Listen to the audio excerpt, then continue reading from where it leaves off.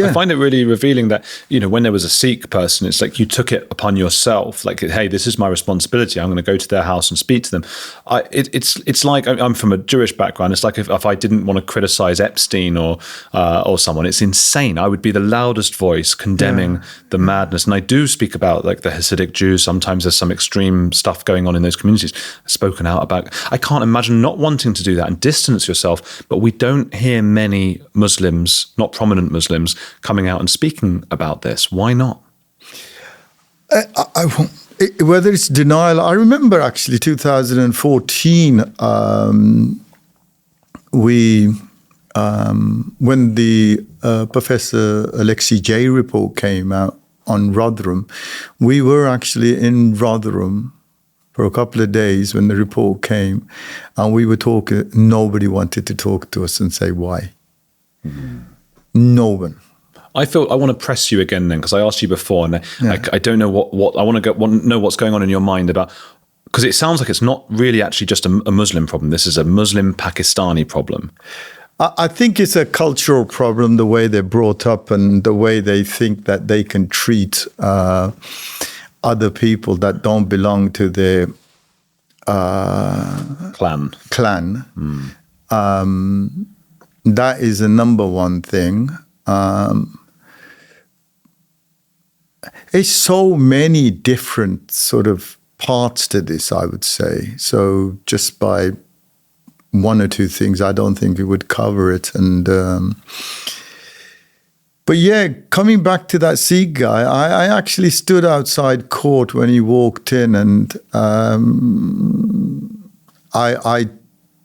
the Sun newspaper must have taken a photograph and put it out there, but it sort of put us in such a light that there were a lot of white people protesting and myself, and then again the right-wing labels used again. But the reality was I just wanted to sort of show my disgust at that one particular individual, and which we did, which we did, but...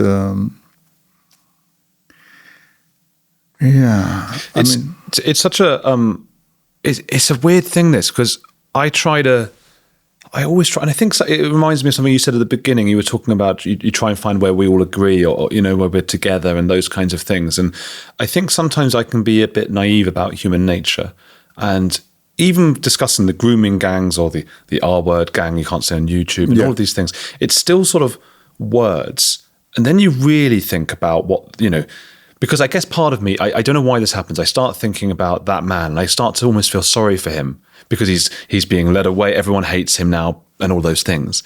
And then I think, oh, but hang on. What he actually was part of and what he did, I'm almost unable to empathize with evil on that level. And what all of those others involved in those gangs, white people as well who have been in those gangs. Yes. It's like we're living with another race of people. Well, certainly, if you just look at sexual abuse and try to understand the very mindset of these people and how their brain is wired up, it is definitely different from what a normal human being is the way they're wired up. You wouldn't want to hurt a child. You wouldn't want anybody else to hurt your child.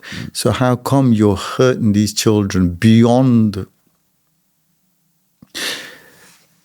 Do you know, I've been in this country since the age of 2, but I don't have words in English to describe some of the level of abuse. Because it's not like, because there are some individuals who I think who do this thing on an individual level who don't realize they're hurting the kid, or they try to make themselves not realize it.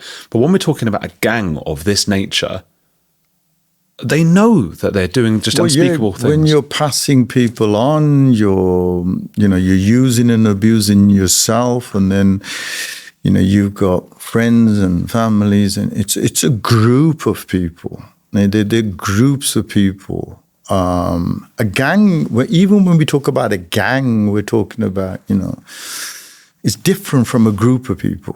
I don't know if it makes any sense. These people are known to each other. These people would sit in family environments together, knowing what they're doing together outside as well. Yeah. So they're sitting there having like dinner. Yeah, you could have the whole family. You could be in a gathering. You could be, and knowing what they're doing.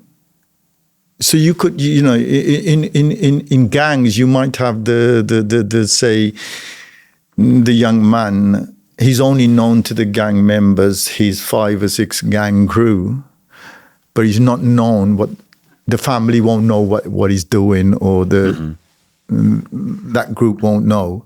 But this is The wives know. I believe so, but whether they can do anything is a different thing. Whether the control aspect of their households are different. It's part whether of, they have a voice. It all depends on that. Is part of this in terms of attacking these children? Is it racially or religiously motivated? Because are there Muslim victims, children, or is it white? I have come across where young Muslim victims, young Muslim families, say born in this country, who have contacted us to help their children. I don't get it's not massive in numbers. I don't know whether it's sort of happening in big droves, because we can only go on by the data that, or the telephone calls that we get. There is a very high percentage of Hindu girls being sexually abused. Obviously, we set up as a Sikh organization. We help everybody, by the way. But we would get concerned Sikh parents coming to us. So that's the data that we have. We don't have data on Chinese or West Indians. It's only the people who use our service. But it happens in all cultures. But again, there's a certain part that when you look at the percentage is very high in one. Something is wrong. Something has got to, we've got to accept that something is wrong, and then something needs to be set up and then looked at. And we know, from the Alexei J report, wholesale failures on everywhere, from the politicians to the local councillors to the organisers that were dealing with this sort of thing, law enforcement agencies, for not being they didn't want to be called racists.